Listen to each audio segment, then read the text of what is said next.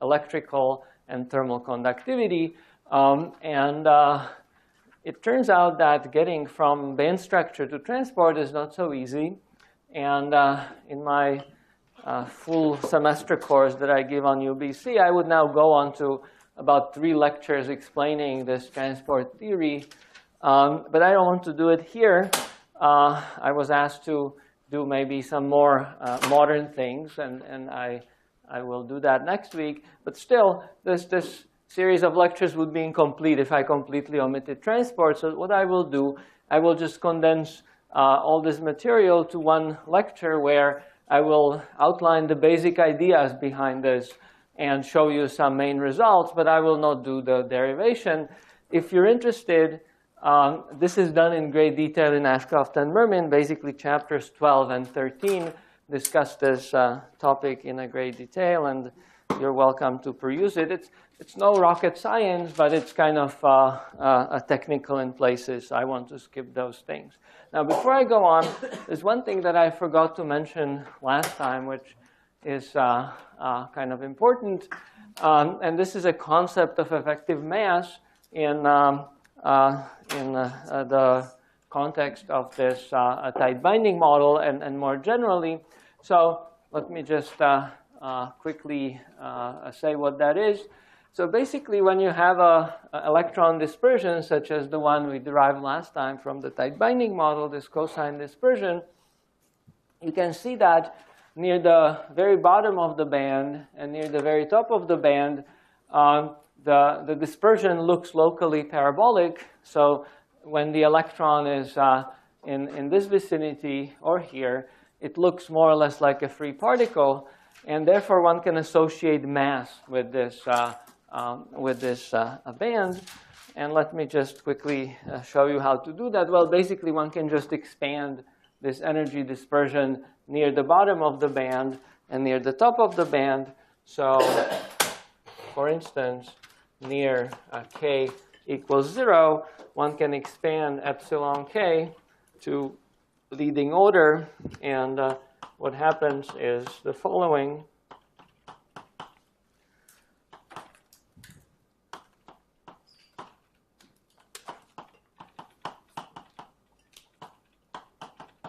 So I'm just expanding this cosine to Taylor series near 0, and the leading term dependent on momenta is this. And I can just write this, if I want to, as h bar squared k squared over 2m star, where m star is now the effective mass.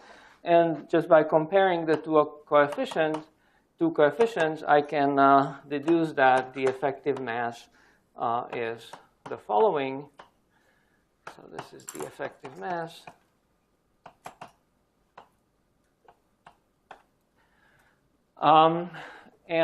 Indeed, if I have electrons, once again, near the bottom of the band, I can do useful calculations in this approximation instead of using this cosine band.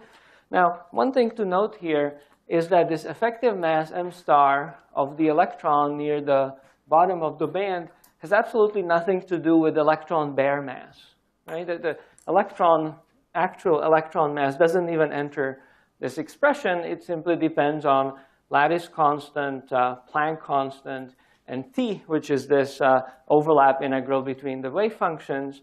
And electron mass doesn't enter there. So in principle, this can be very large or very small compared to the electron mass. And it purely depends on the property of the solid in a tight binding approximation. Similarly, one can do this expansion near k equals pi over a point, which is the maximum in the band, in which case one obtains a similar expression. However, one obtains an expression like this, E naught, in this case, plus 4t. And then there's a minus sign because I'm expanding near the maximum, so my curvature is downwards. And in this case, it turns out that the effective mass is even negative. Right? So in this case, m star is minus h bar squared over 2t a squared. And again, this is just a property of a solid. It has nothing to do with the actual mass of the electron, which you can see here. It's negative, so clearly it cannot be related to real mass of the electron. And this negative mass has to do with this funny fact that we discussed last time, that when you push on the electron, you add momentum to it, it actually slows down, right? So that's in other words, it has negative mass near the top of the band. Any questions about that? You can call that a whole mass, right? Yeah, yeah. We have not introduced holes yet, which we will do briefly in a moment. But yeah. If you do you write it as a positive or negative? Yeah. So you can. Well, let's just wait until we get there, and that's going to be more transparent, hopefully. Yes. Can you define an effective mass along everywhere along the curve, or just at the terminal? You can define usefully effective mass near the maxima and minima of this band dispersion, right? In principle, well, yeah, it's really, yeah, that's where one should define it. Because only there you have parabolic dispersion, right? If near some general point, you also have a linear term if you were to expand, and so, yeah, mass is not that useful a concept at that point. Okay, so back to, or let's start with the transport discussion. Let me just say that it is possible to develop a fully quantum mechanical theory of transport in solids, but for this we would need all the formalism of Green's functions and Kubo formulas and all that, which we have not developed in this course. So the formalism of choice is semiclassical theory, which is actually very useful because it leads important insights into this problem. So this is based on the semiclassical approximation in quantum mechanics.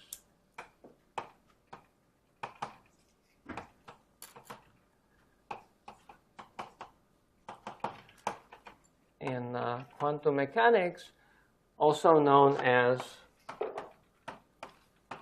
WK-BJ approximation.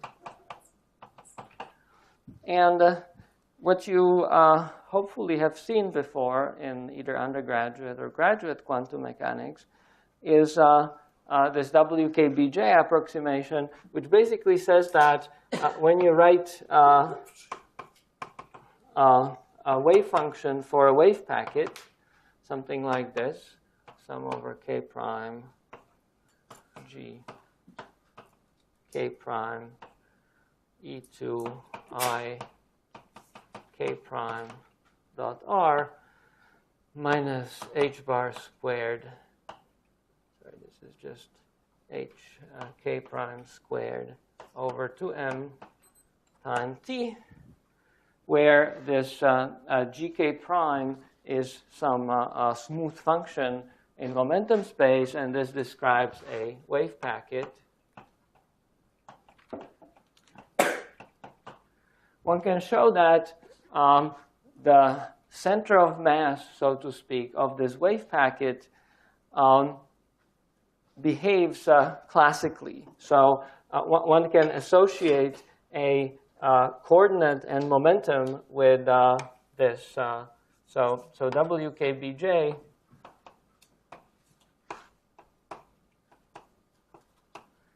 says that so you have some wave packet with some smooth envelope, and if we associate the position and momentum with this wave packet, which we now can as long as we stay within the limits of the uncertainty principle, then these behave according to basically classical equations of motion, h bar k over m, and h bar k dot, if there are forces caused by electric and magnetic fields, which we will be interested in.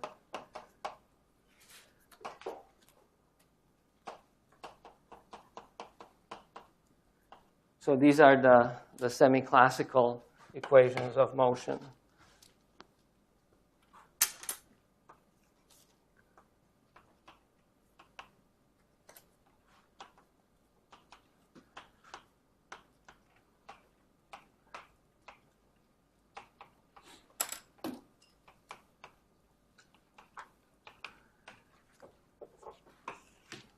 Okay, and these are just this is just the second Newton's law, right? This first one relates the derivative of the coordinate of the position to particle momentum, and the second one says that the change in momentum is equal to the force acting on the particle, where I forgot electron charge.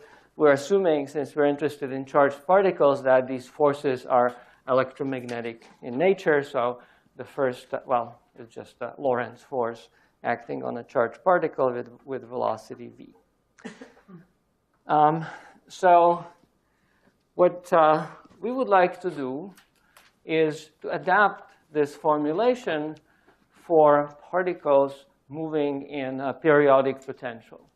Okay? Instead of a particle moving in free space subject to these slowly varying electric and magnetic fields, we want to adapt it to an electron moving in a crystal, which is also subject to applied electric and magnetic fields.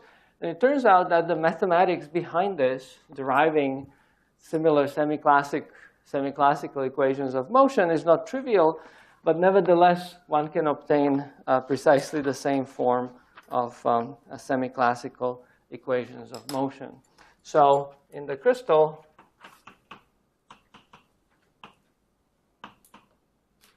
one can construct a wave packet that looks like this for each band.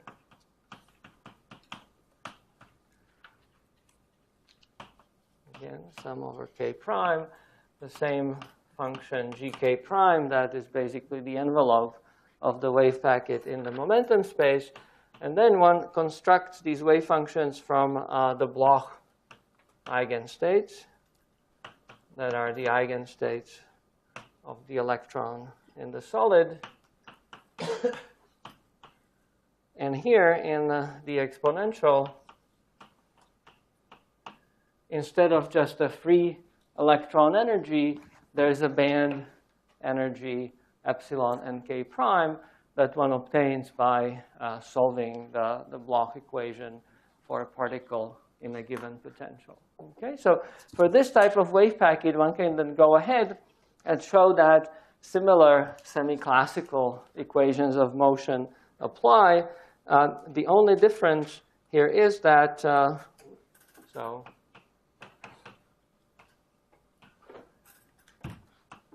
same equations of motion apply, except velocity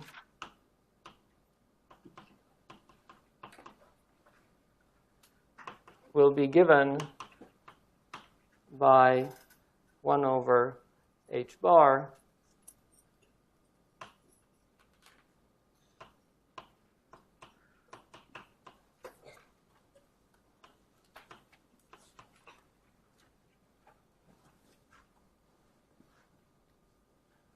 So instead of the first equation, which says that the velocity is just h bar k over m, we will have an equation that r dot is equal to a band velocity, which in general can be a more complicated function of k. However, the second equation of motion remains the same. Okay? So basically, the equation looks like this. R dot is equal to that, and the second equation of motion remains the same. So let me just copy it here. H bar k dot is minus E electric field plus 1 over C. And now instead of velocity, that is just a constant, we write the band velocity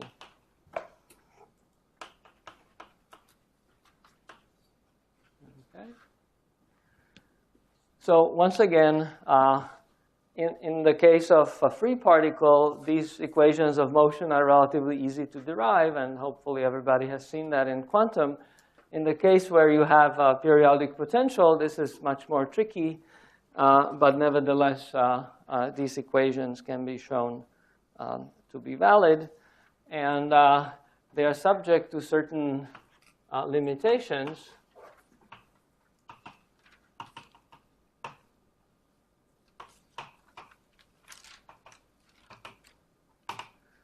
And they can be summarized like this. Basically, one needs these applied fields, E and H, to be weak enough for these equations to be satisfied. So E times A has to be much smaller than delta K squared divided by the Fermi energy. Delta K is the band gap. And similarly, H bar omega C has to be much smaller than the same thing, delta K squared over epsilon F. This gives a condition on magnetic field. Omega C is the classical cyclotron frequency, EB over M star C, where M star is the effective mass in a given band. So this is cyclotron frequency. And there is one additional condition which is imposed on when these fields E and H are AC fields at certain frequency.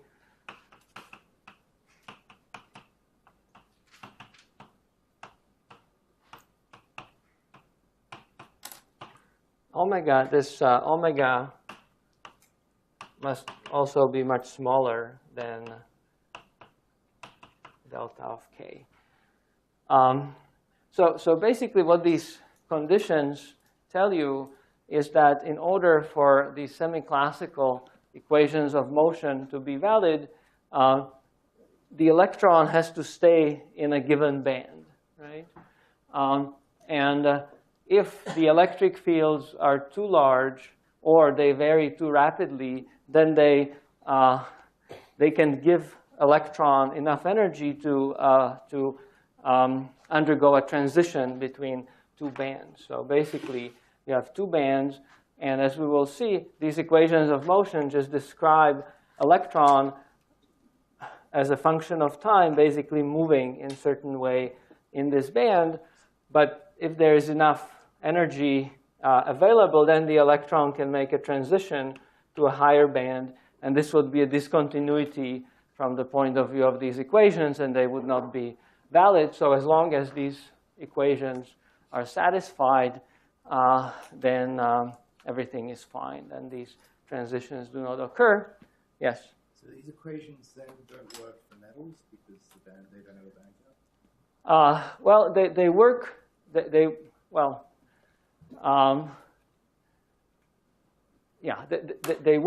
They work for metals, but well, as long as how should I say this? So whenever there are band gaps, right? If there are no band gaps, then this doesn't really come in, right? That's the right answer to that question. So whenever there are band gaps in a crystal so that transitions between bands are possible, then these must be satisfied. If there's no band gaps, then of course the electron just moves in the band and nothing really happens. Now in practice, these two conditions for electric field and frequency are typically well satisfied for all laboratory fields. It's almost impossible to apply electric field large enough to violate this, except in a very narrow band gap semiconductors. However, the second condition for magnetic field is actually relatively easy to violate. So when one applies field of a few Tesla to a narrow bandgap semiconductor, very easily one can cause these transitions, and that's called magnetic breakdown. But again, maybe this is not super important at this level of discussion. OK, so the semiclassical theory of transport basically answers two questions, or breaks down this question of transport in solids into two sub-questions. One,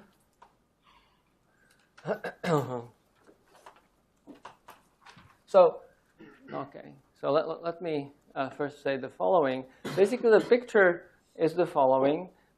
In an ideal solid with no imperfections, electrons then simply move in a very good approximation following these semiclassical equations of motion. And the important concept is dissipation. So under these equations, everything is conserved. Energy and momentum cannot dissipate. So an important ingredient in transport theory is relaxation. And this occurs because of various imperfections in a solid. So the theory of transport basically consists of two questions. One is, what is the nature of relaxation in the solid? What is the imperfections that cause scattering between states? And then, how do electrons behave between these scattering events? And the semiclassical equations of motion answer the first part of the question. Electrons follow the semiclassical equations of motion between collisions. And then we still have to answer the question, how do collisions affect this behavior? So how do electrons move between collisions?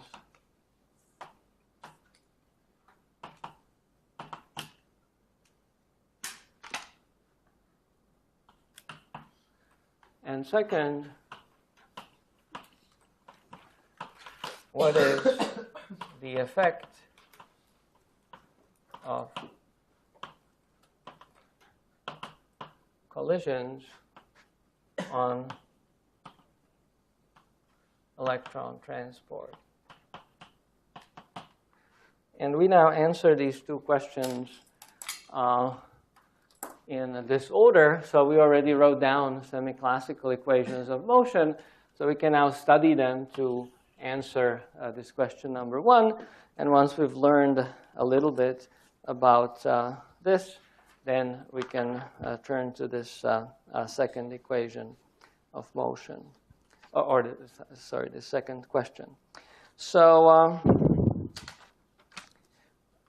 let's just first discuss some of the consequences of these semiclassical equations of motion, which will be of interest.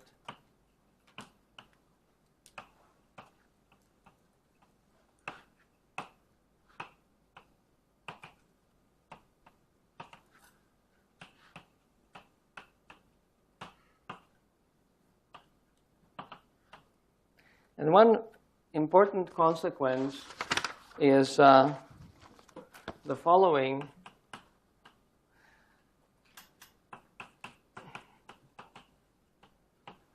Filled bands are inert as far as transport is considered. And this is irrespective of this second part of the question. And that's why we're addressing it right now. So when you have a completely filled band, or completely empty band for that matter, but that kind of seems obvious. It seems obvious that when you have a completely empty band, it cannot contribute to transport because it contains no electrons. However, it's perhaps not completely obvious that when you have completely filled band, that it also does not contribute to any transport. So let's discuss this here. Let's write an expression for the electric current.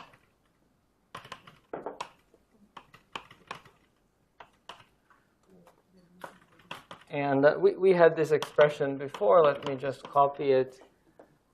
It's an integral d3k over 4 pi cubed of the velocity. Okay, now normally this would be 8 pi cubed, but I'm now taking into account the effect of spin. Okay, so each state in a band is occupied by spin up and spin down. This is an integral over all occupied states. But I'm going to discuss the situation when the band is completely filled. And the way to do this is to substitute from the equation of motion 1 over h bar d epsilon k over dk. And now for filled band,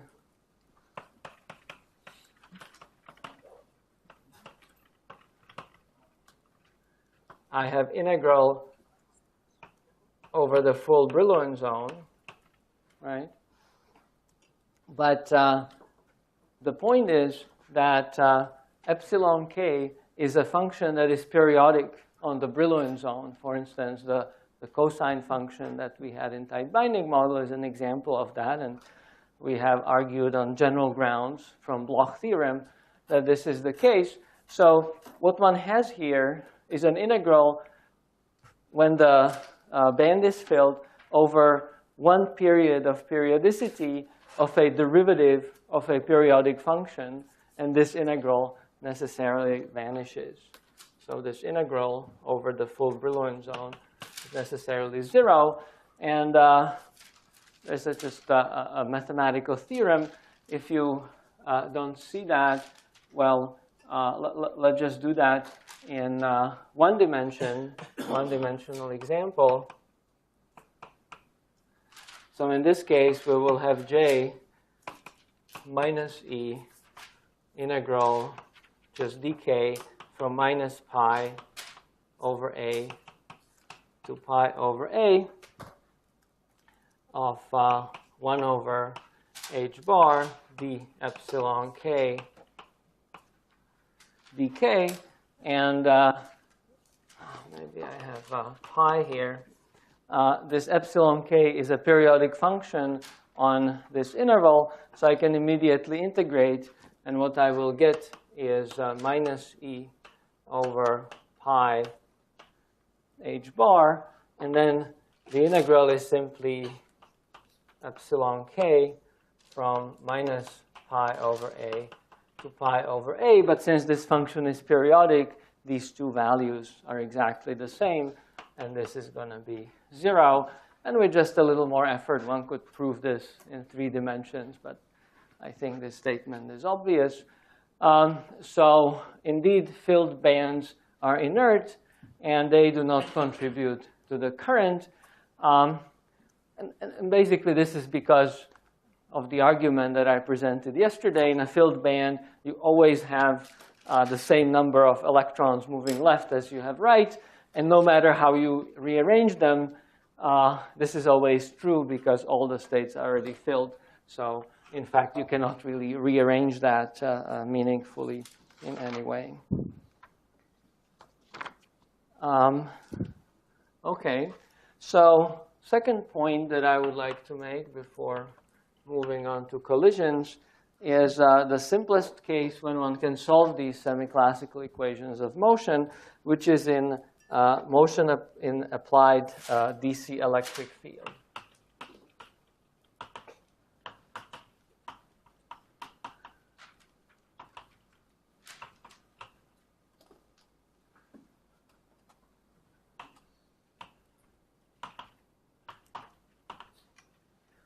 In other words, we take h equals 0, and E is a constant.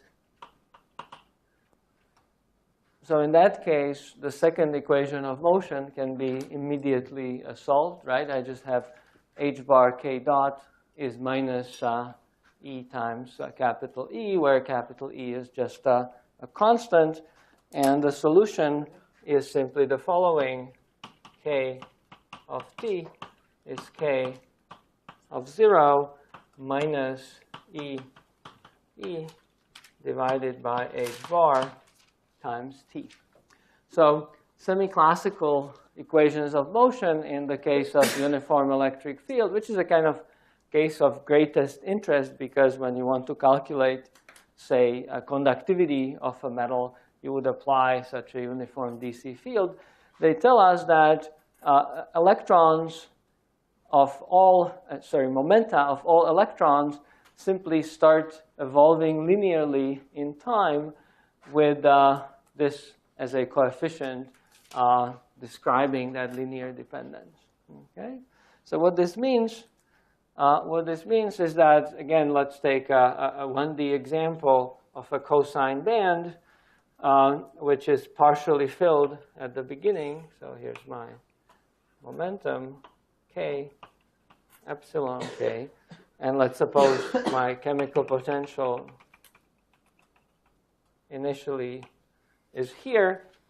So all these states are filled before I apply the electric field. It's a metal. Then I now apply electric field in this direction. So this is my electric field E.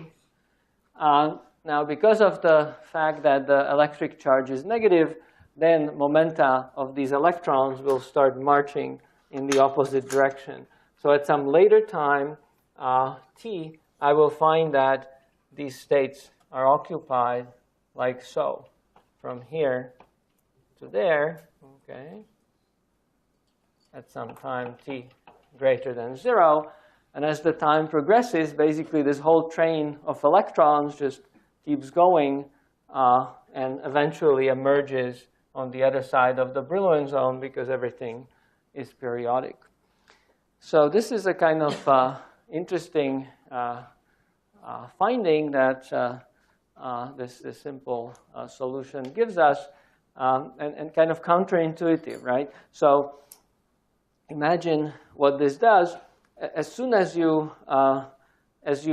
break the equilibrium, namely as soon as you move this distribution by this electric field, you generate current, right? For this red distribution, there's more electrons moving that way than that way. So this will be a state with non-vanishing current. So here, J will be non-zero. However, something stranger happens. So you expect, OK, I applied the electric field. It's a metal, so I should get some current. However, you can see that this current will be strangely periodic in time, because after some time, capital T, this train of electrons will go all the way around and come back to the original ground state, and there will be no current, right? So this is counterintuitive. So this produces current that is periodic in time. And let me put 2 exclamation marks and question mark behind that, because this is decidedly not what we normally would expect. When we apply electric field to a metal, we expect a steady current, not something that oscillates in time with large amplitude. So what went wrong? Well, of course, what went wrong is that we didn't take into account this second aspect, namely, what is the effect of collisions? And in any sort of real metal that we would measure, there is impurities, disorder that will tend to restore equilibrium. And what will happen in a real metal is that at the same time as this is happening, there will be processes in which electrons from these high energy states will be brought back to where they belong. So this is collisions. And in fact, equilibrium will be restored by balancing the effect of electric field and collision. So the more electric field you apply, the more out of equilibrium you can drive the system. But at some point, there will always be sufficient number of collisions that will restore equilibrium. So in fact, collisions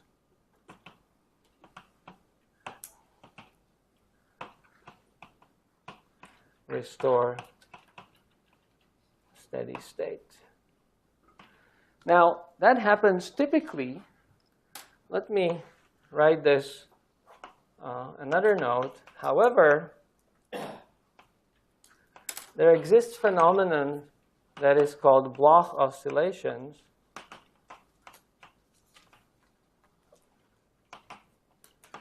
Namely, if you really try extremely hard experimentally in making as clean a sample as you can make, and you cool it down to extremely low temperatures so that lattice vibrations don't result in these collisions, then it turns out, in fact, you can see this type of oscillatory behavior in extremely pure metals. This has been shown only well, relatively recently, within the last 10 years or so, when you take absolutely pure samples of gold, which you then purify and crystallize in extremely painful ways. Then you cool them down to cryogenic temperatures, and you measure electric transport. Then, in fact, you can see signature of these Bloch oscillations. So you apply electric field, and indeed, this type of phenomenon seems to occur. So this confirms the validity of these semi-classical equations of motion, but this only happens in extremely pure samples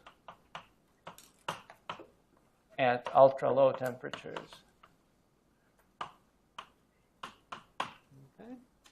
Normally, in vast majority of cases, all you would see is just Ohm's law here.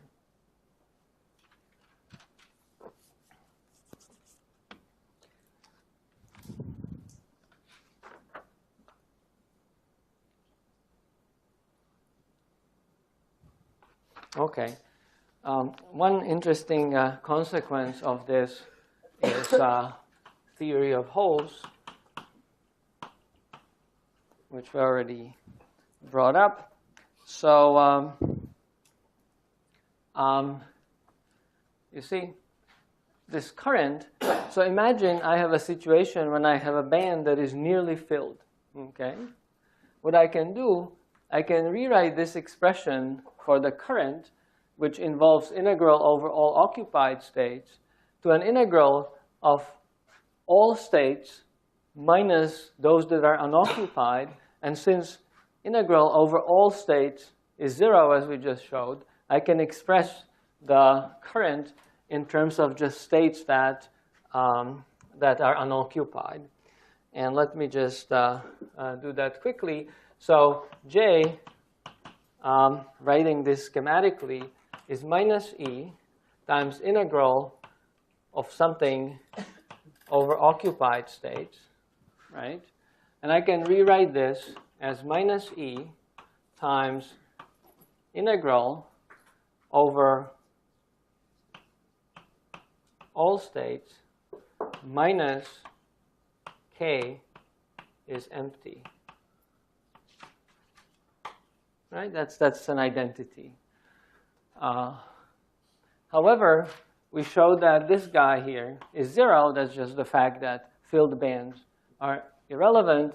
So I can write the current as a current of plus E integral d3k. And let me now write the full expression here. Pi cubed 1 over h bar d epsilon k over dk. And this is k, importantly, is over all empty states. So if I write it like this, it turns out I can equally well attribute the current in a band to all the empty states here. So these, in this case, these are empty states, right? But I have to attribute to them a positive charge plus E. And this is the concept of holes, right? So in a band like this, it turns out one can view the current as contributed by negatively charged electrons. And equally well, one can integrate over the empty portion of the band and put a positive charge in front, and they are equally real, right? Those are these equations, that's a mathematical identity. So this is one of those things. Of course, such a hole has really no existence outside the solid. That's why we tend to view it as being less real than electron, which we can actually take out of the solid. But inside the solid, there's really no fundamental difference between describing a current as being carried by a negatively charged electron or positively charged hole. Now, in practice, the way this is useful is when you have a nearly filled band, right, that almost all states are filled. Then it's actually easier to calculate the current by integrating over just a small portion of the band that is unoccupied. So typically, when you have a band that is less than half filled, you would need you would use a language of electrons. If you have a band that is kind of almost filled, you would use a language of holes.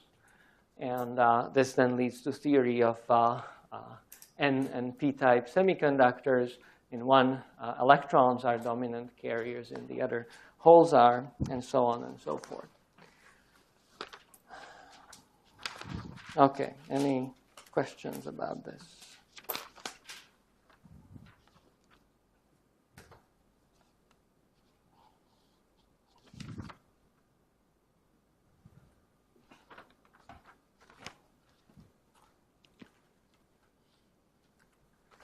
So let me say a few words about now motion in magnetic fields. So we discussed motion of electric fields, and we will continue with this discussion when we add collisions in a moment. But as a brief digression, let me say a few words about what happens when you have only magnetic fields, because this also leads to an important suite of experiments in condensed matter physics. So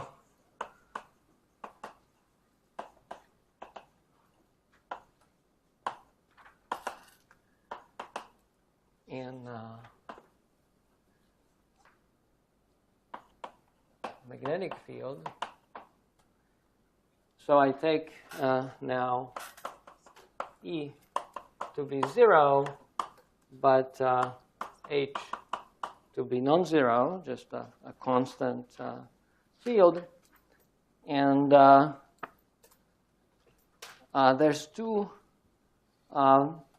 there's one simple statement that one can make, which then underlies this motion, in fact, determines it completely. And the statement goes like this.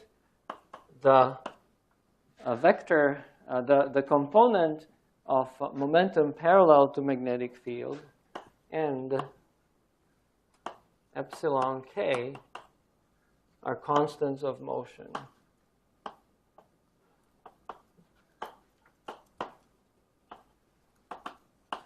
And maybe surprisingly, these two constants of motion completely determine all the trajectories that you can have. Now, this is not surprising classically, right? We know that when a charged particle moves in magnetic field, it experiences Lorentz force that is always perpendicular to its motion. Therefore, a component of its momentum along the magnetic field is always conserved because the force is always perpendicular, right?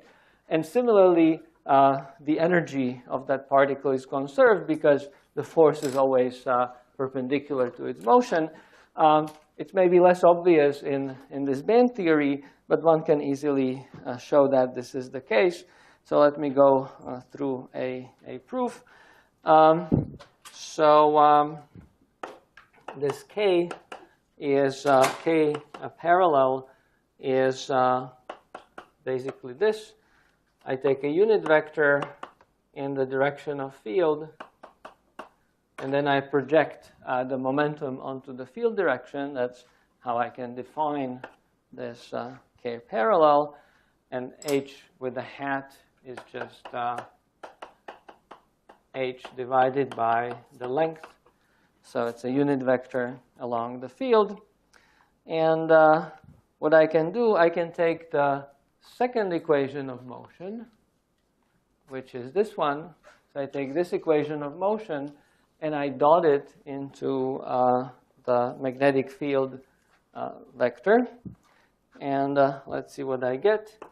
So the left-hand side of H dotted into K dot is minus E over H bar C, H dotted into V cross H, right? So again, I'm just taking that second equation of motion, Newton's law, and dotting it into H dot. And I see that the right-hand side is 0 because, of course, V cross H will be perpendicular to H. And then when I dot it into H, this is 0. So this is the same as to say that K dot parallel is 0, which is just to say that K parallel is equation of motion. And similarly, one can show, so similarly, one can show that d epsilon K dt is 0, which would simply show that epsilon K is also a constant of motion. Now, as a result, then electrons move along curves given by intersections of surfaces of constant energy with planes perpendicular to H.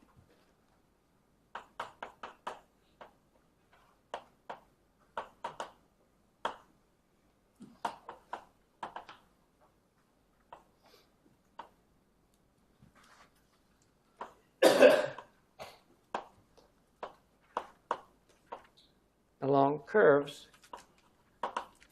given by intersections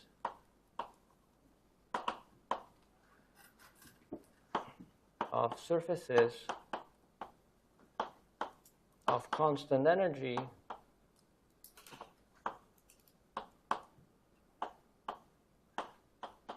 epsilon K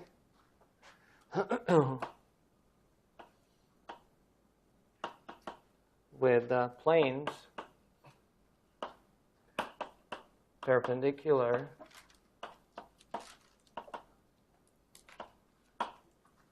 to magnetic field H. Okay. I hope I can show some slides next time because this is kind of difficult to draw on the blackboard. But let's suppose constants of energy are spheres, right? Like you would have in just free electrons. This is my epsilon K is equal to constant, right? And now I apply magnetic field like this. Then what this tells me is that the electron, when it's already at this surface of a constant energy, will move now in a response to this magnetic field along a line that is an intersection of the sphere with a plane that is perpendicular to the magnetic field. So let's say I have an electron here, and then I cut a line through the sphere, and I find that it will move like so. And the direction depends on the right-hand rule. Whether I apply the field this way or that way, it will move like that or in the opposite direction. And it will come back on the other side of the sphere like that. If the electron is, for instance, here, then it will move like so, and so forth. So basically, one gets these trajectories that encircle surfaces of constant energy. And this leads to a very powerful probe of the energy spectrum in a solid that goes under the name of magnetic oscillations, or sometimes are called the Haas van Alphen oscillations. And this is a kind of classic way to probe experimentally the surface of constant energy in a metal by subjecting it to magnetic field and measuring some quantity. And one finds that pretty much all measurable quantities in a metal then oscillate with magnetic field, and the period of oscillation has to do with the area covered by these contours. So one can, by careful experimentation, back out the surface of constant energy in a metal, namely the Fermi surface, for instance. And that was the kind of original way of understanding the energy dispersions in materials. Any questions about this?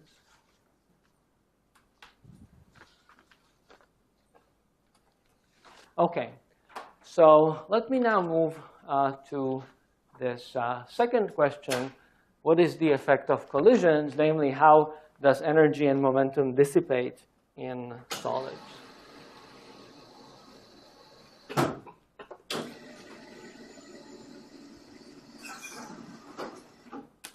So electrons, so this is part 2 of while we're answering the second question. Electrons in solids undergo collisions. And one may first ask, what is the source of these collisions? And there's several things that come to mind. So individual ions forming a periodic lattice, and this is the idea of Drude, who first developed the classical theory of conductivity known as Drude theory. Then electrons can perhaps scatter off of other electrons.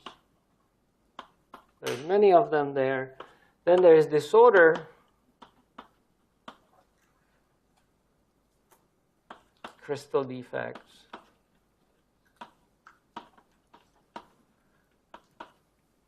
Impurities, which are always present in a crystal. And then finally, phonons, or lattice vibrations.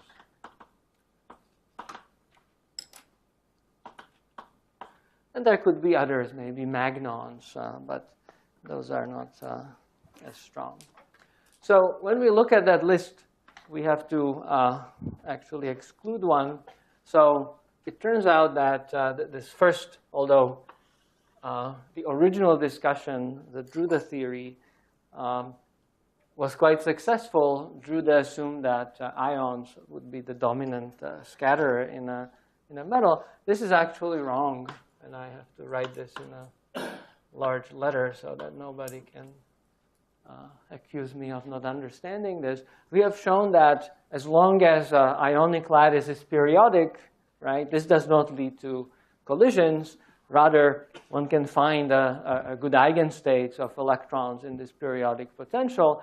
And as we have argued, electron, in fact, in a lattice has an average velocity that is non-vanishing. So ions actually don't lead to collisions as long as they form a perfectly periodic lattice. So let's just cross that out. However, as soon as they deviate from perfect periodicity, namely as soon as we introduce vibrations or some crystal defects, then those do, and they represent a defect to this perfect periodicity, and they then contribute to these collisions. Now, another remark that I want to make is that electron-electron collisions are typically a weak effect, which can be only observed in, again, very pure samples at very low temperatures at a kind of ambient conditions, meaning at room temperature in normal metals. It's these two effects that are dominant typically. At high temperatures, phonons dominate. You can lower the temperature, lattice starts vibrate less, and then you can cross over to a regime that is dominated by crystal defects and impurities.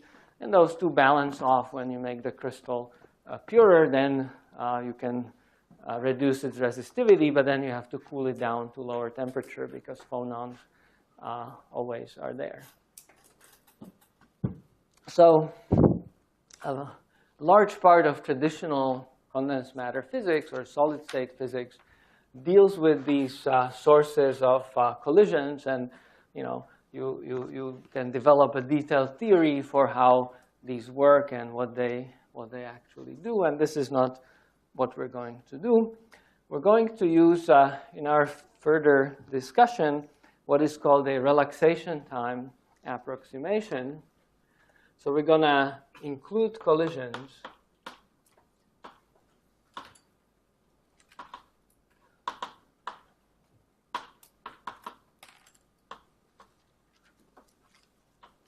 through the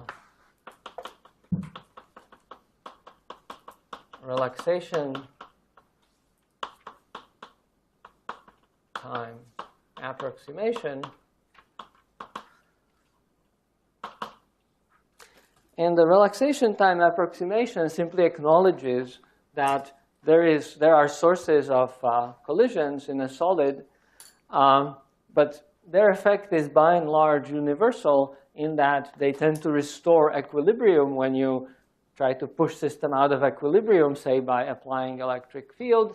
They tend to restore equilibrium.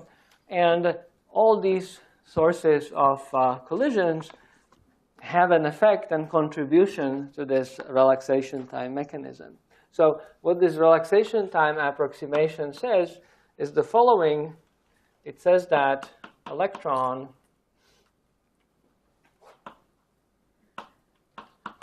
in a solid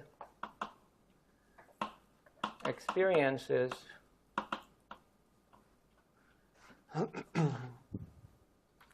a collision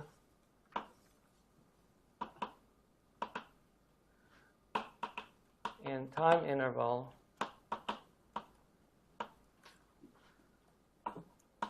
dt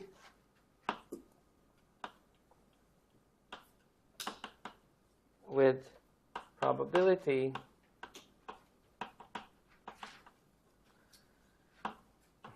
dt divided by tau n rk, where tau n rk is the relaxation time.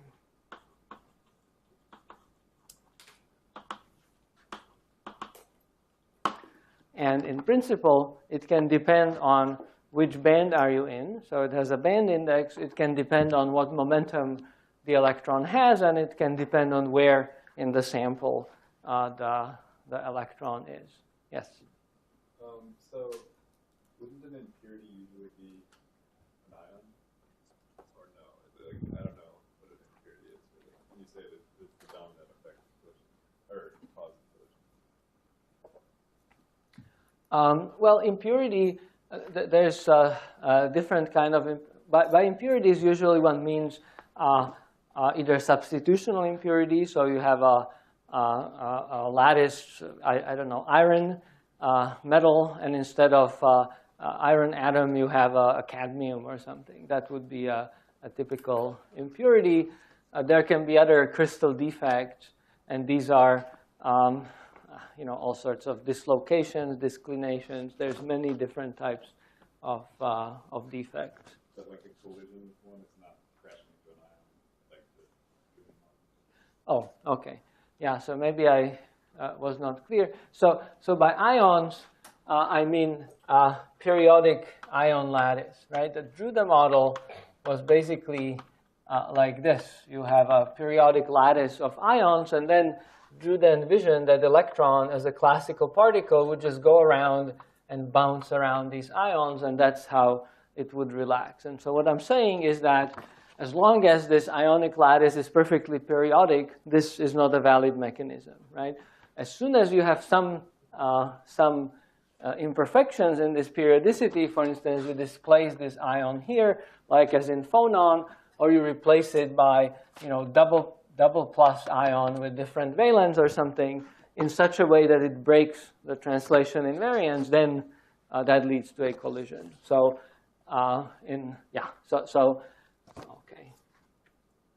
So let's write it like this: ion lattice, and let's cross it over. So ion lattice, the Drude assumed was the dominant scatterer is not really the right answer.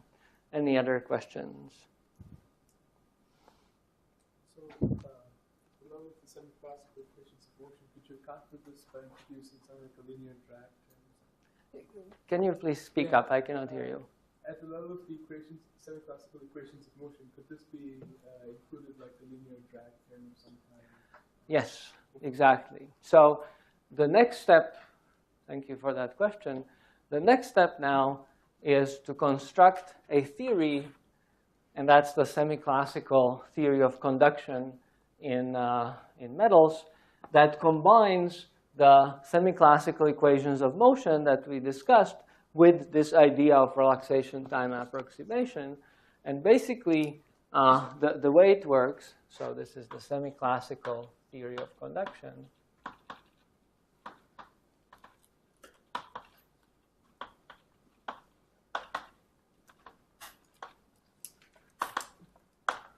It works basically like this, and I will just do that pictorially here. Electron moves in a solid, and it follows the semiclassical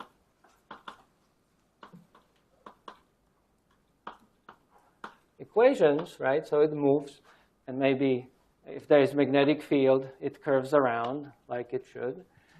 And then it undergoes this collision, which basically, I mean, if this is a real space trajectory, it changes its momentum and direction like this. So this is a collision.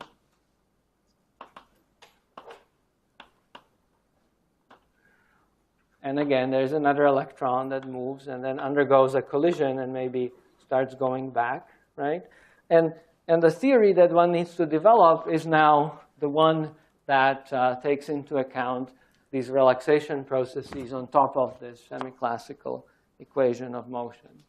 And this is where it gets technical, and this is the part that I will skip, and I will refer any interested party to Ashcroft and Mermin. This is chapter 13, where this is developed in a great detail. But basically, it relies on the following concept.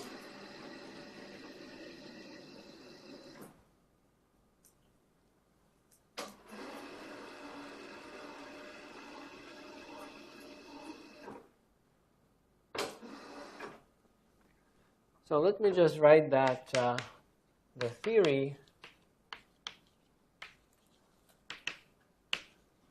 relies on the concept of the non-equilibrium distribution function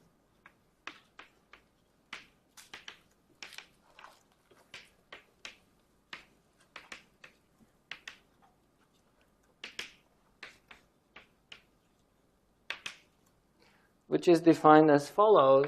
Usually people use Gn for this notation.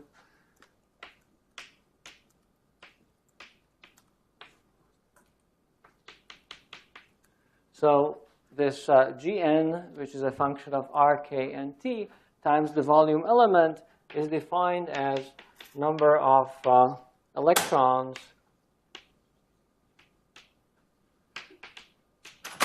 in the nth band at time t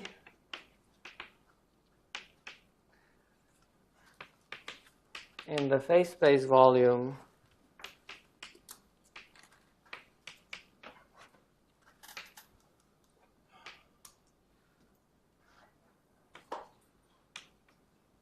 around the point r and k.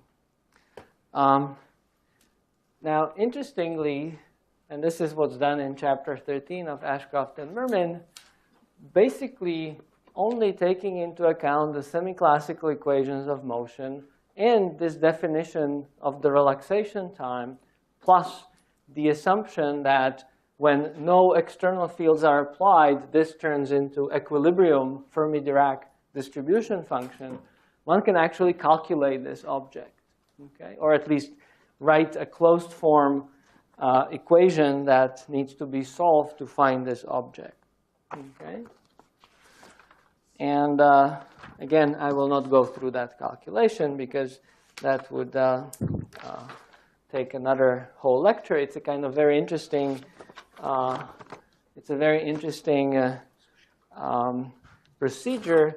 Maybe I just outline the basics of this procedure. So what one does, the way one calculates this function, one considers a volume element in this phase space. So this is this point r k at some time t. And then one considers this volume element as it evolves in this phase space following the semiclassical equations of motion to some later time r prime, k prime, t prime, right? So we know that if there were no collisions, then this volume element, all the electrons that are initially here would find themselves here, just following the semiclassical equations of motion. If there were no fields, then they would just stay at the same momenta. But if there are fields, then they evolved in some way. And then for each infinitesimal time, one considers all the electrons that, according to this relaxation time hypothesis, scatter out of this volume element, plus all those that scatter in from all the other volume elements in phase space. And interestingly, so this is the collisions. And interestingly, you can just integrate all these processes and arrive at a relation between this equilibrium, between non-equilibrium function at this time t and some later time t prime, that is governed by some differential equation, which you can then solve under some relatively mild assumptions. Okay, and I will not go through that, but this is the main idea. So let me just give you some results here.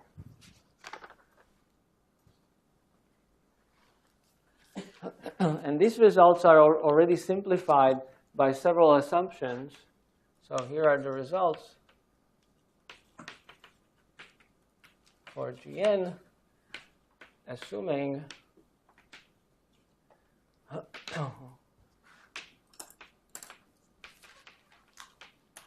uniform system and weak, slowly varying fields.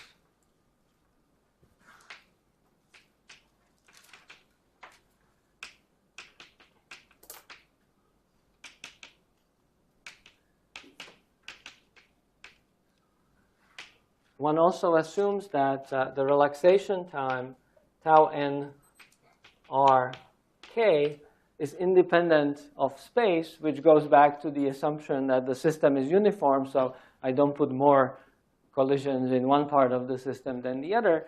And then another important assumption is that it depends, so it's independent of r, and it depends on momentum, but only through the band energy k. And that, because this is a constant of motion in magnetic field, that allows actually solving these equations for G fully. And under these assumptions, one can actually write an explicit expression for this G n of k. It is f of k, which is just the Fermi-Dirac distribution function. And then there's a correction to it that comes because you have applied fields. And it looks like this.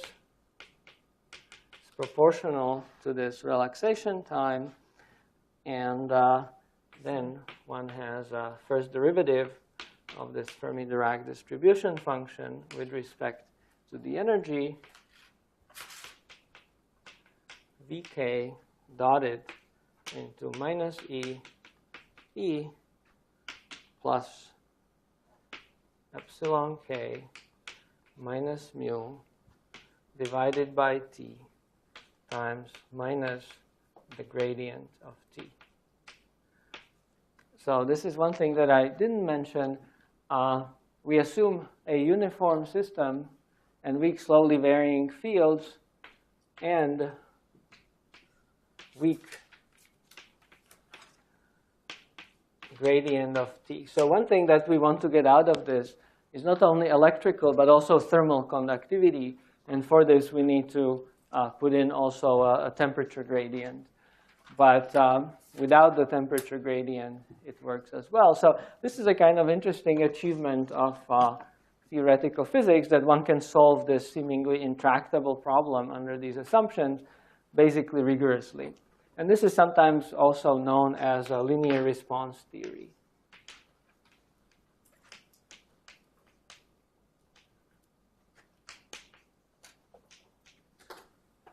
Okay. It is valid in the presence of non-zero magnetic field, although magnetic fields don't appear here explicitly. If there is magnetic field, then one has to solve for the velocity as a function of magnetic field, as we discussed previously. Question? Which of these assumptions can you relax? I mean, if you have weak, more than slowly varying E and H, then your semiclassical approximation kind of falls apart. Can you relax anything else, like the uniform system? Yeah, so you can relax any of these assumptions and then study what happens. But then, in general, you can almost never find a solution of these differential equations in the closed form. So you have to then solve them numerically. Yeah, if the electric and magnetic fields, I mean, they have to still vary slowly enough and be small enough so that the semiclassical description holds. Once you start having electric or magnetic breakdown, then this whole theory falls apart. So this whole theory is most useful under these assumptions. I mean, in a lab, you can always limit yourself to weak electric and magnetic fields, and you know that's what people usually do. And then when they crank the fields too high, typically what happens is not that the equations break down, but they fry their sample. So, which is some sort of breakdown, but maybe not of theory, but of the actual experiment. It's this last assumption here that, I mean, this relaxation time, you can make the sample uniform so that it's roughly independent of space. But the fact that it depends on K, that has no real deep justification. It's simply that in that case, one can integrate these equations and get the closed form. This is a surprisingly good, when you compare the results of this to experiment, this is a surprisingly good approximation, so people continue using it. And there are some studies what happens when you don't make this approximation, and yeah, there are some small changes to this. Okay, so let's now just use this and see what it implies for transport coefficients in a material. And this is where I stop. So we have another 10, 15 minutes. Let's do this.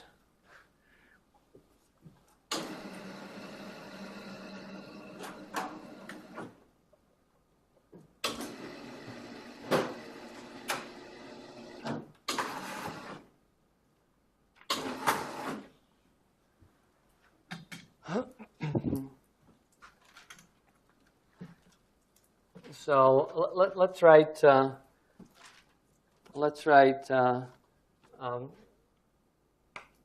thermal current and electrical current.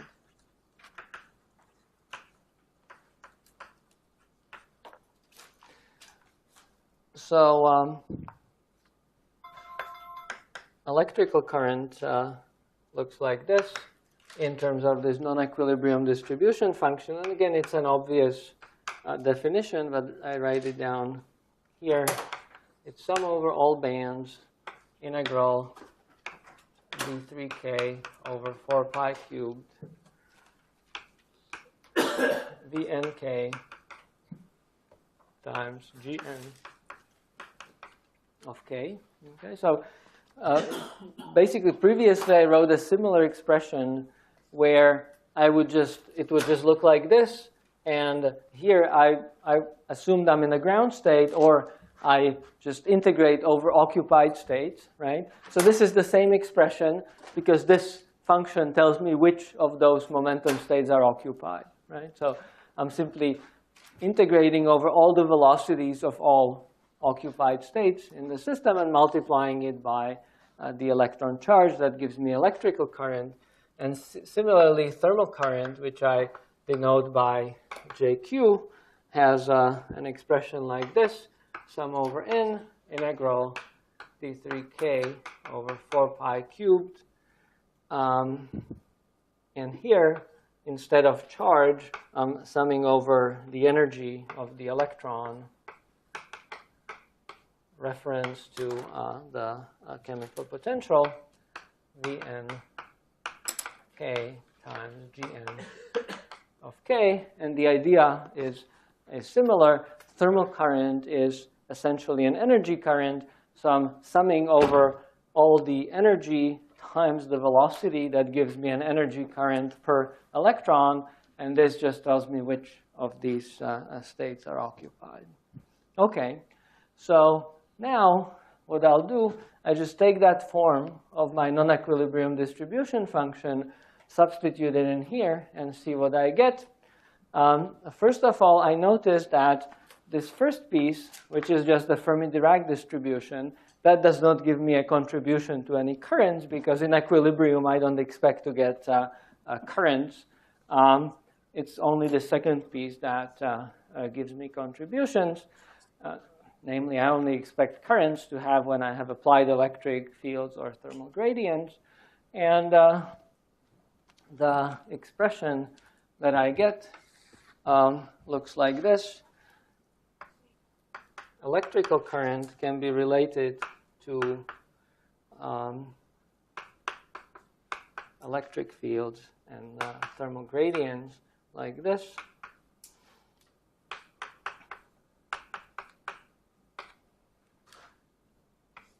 And similarly for the thermal current,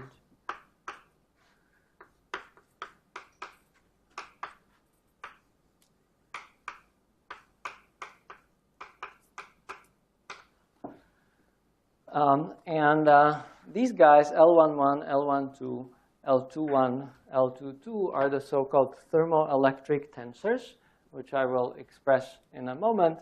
Often people ask why there is always this minus gradient of T, and this is simply because the definition of heat current is that the heat flows from hotter to colder end of a sample, and gradient of T, of course, increases from colder to hotter. So if we want a usual definition of heat current, and we put a minus gradient of T there, but it's just a convention.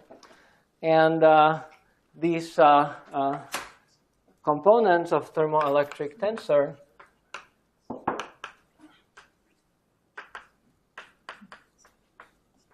now notice that, I mean, these are 4 different tensors, because relation between J and E, for instance, this does not need to be a constant. This can be a rank 3 tensor, because in a crystal, when you apply electric field in certain direction, the current can flow at a direction that is not necessarily parallel to it. So this is for a 3-component vector, this should be viewed as a 3x3 matrix.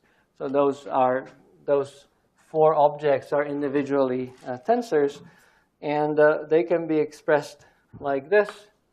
L11 is L0. L21 can be shown to be equal to L12 times T, and this is equal to minus 1 over E times L1. And I will define these curly L's in a moment. And L22 is 1 over E squared T. Sorry, this should be a regular L.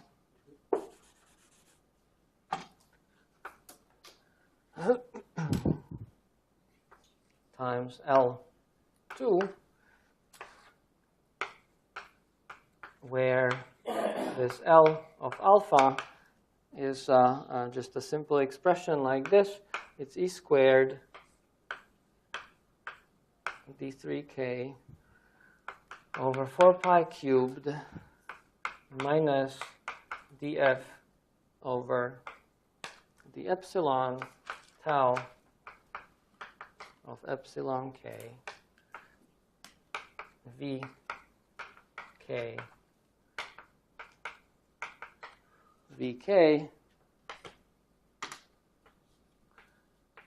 epsilon k minus mu to power alpha. So I define 3 objects like this with different powers of alpha here, 0, 1, and 2. And they then these 4 tensors depend on these 3 objects like so. And you can see that that's sensible when I substitute that in. That's what I expect because I have 1 power of this energy minus mu in this definition. So I pick up additional powers from there up to power 2. And yeah, it's just a simple algebra that shows that. Also note that this is not an inner product. This is an outer product here.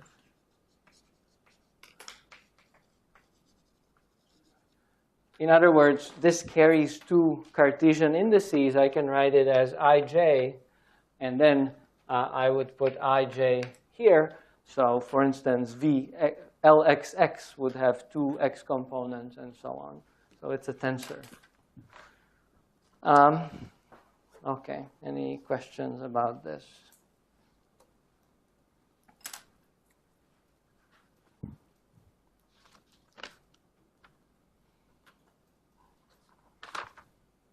So there's 2 simple results that maybe I can, if not derive, then I can outline them quickly.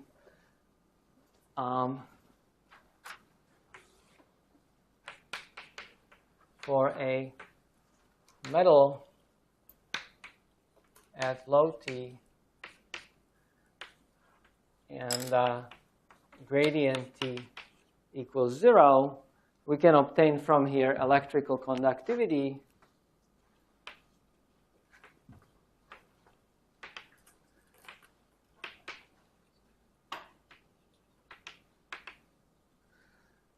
and you can see from these equations, if I don't apply any thermal gradient, then I just have J is equal to L11 times E. So I just have to calculate L11, which is this L at 0. So I here don't have any powers of this energy. And then I just have to calculate an integral of derivative of a Fermi function times the relaxation time times this outer product of velocities. And what I then obtain is that J is equal to sigma times E, where sigma is just a conductivity. And for sigma, I can write from this equation E squared.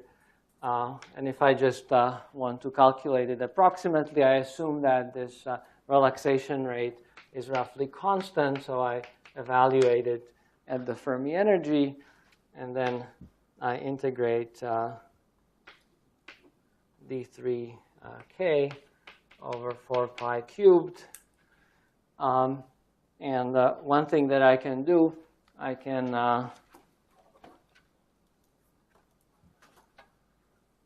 manipulate this expression as follows. I can write it as d v of k dk times epsilon f of epsilon k.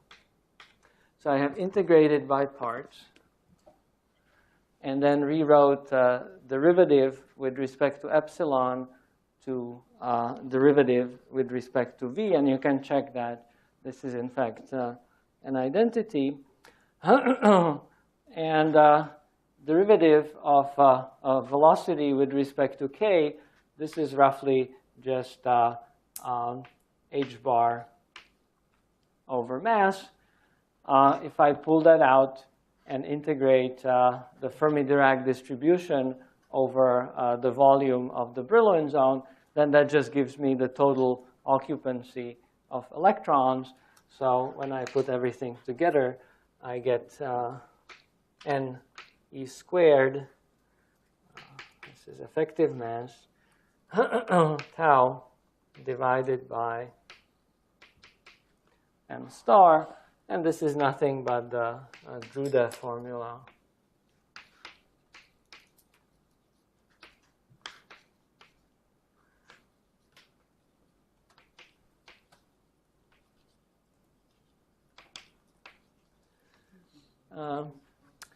This is, pardon me?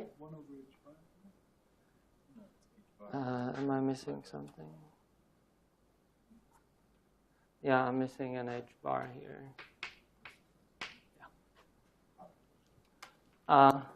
This is one reason why this theory of transport is somewhat disappointing, especially when you invest an extra lecture to actually derive these equations. And then in the end, you just recover the Drude formula that you can get from elementary considerations at the very beginning of the course.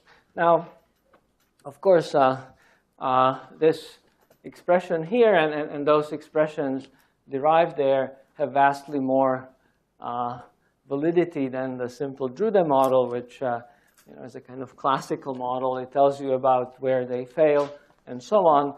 You can calculate the thermal conductivity as well. Are there any questions? So let me just, I ran out of space again. So let me just mention one more result, and then I stop, which is related to the thermal conductivity. Namely, under those same conditions, namely when you're at low temperature and you assume that the relaxation time is not a strong function of energy, so that you can pull it out of the integral with the value near the Fermi energy where this function peaks, you can actually calculate the thermal conductivity as well. And what you find, so let me continue here, for thermal conductivity,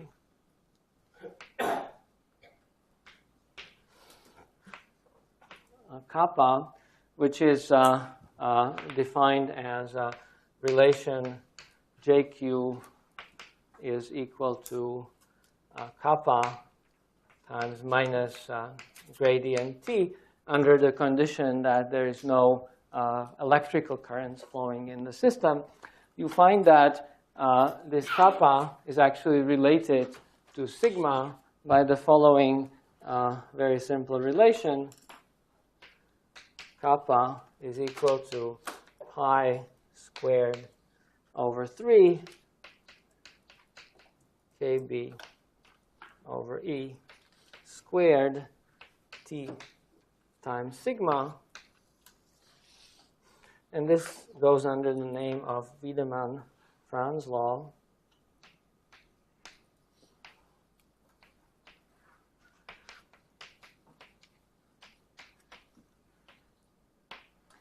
And this has been discovered experimentally long time before all this theory was developed. Experimentally, it is known that in all metals, thermal conductivity is proportional to electrical conductivity. Notice the constant of proportionality, aside from temperature, just contains universal constants, pi, Boltzmann constant, and charge of electrons. So this is a kind of profound result that is satisfied to a very good accuracy in all metals. This is violated in semiconductors and insulators. It's also violated in a superconductor, but in all metals, this is very well satisfied. This is all about transport theory. We did it.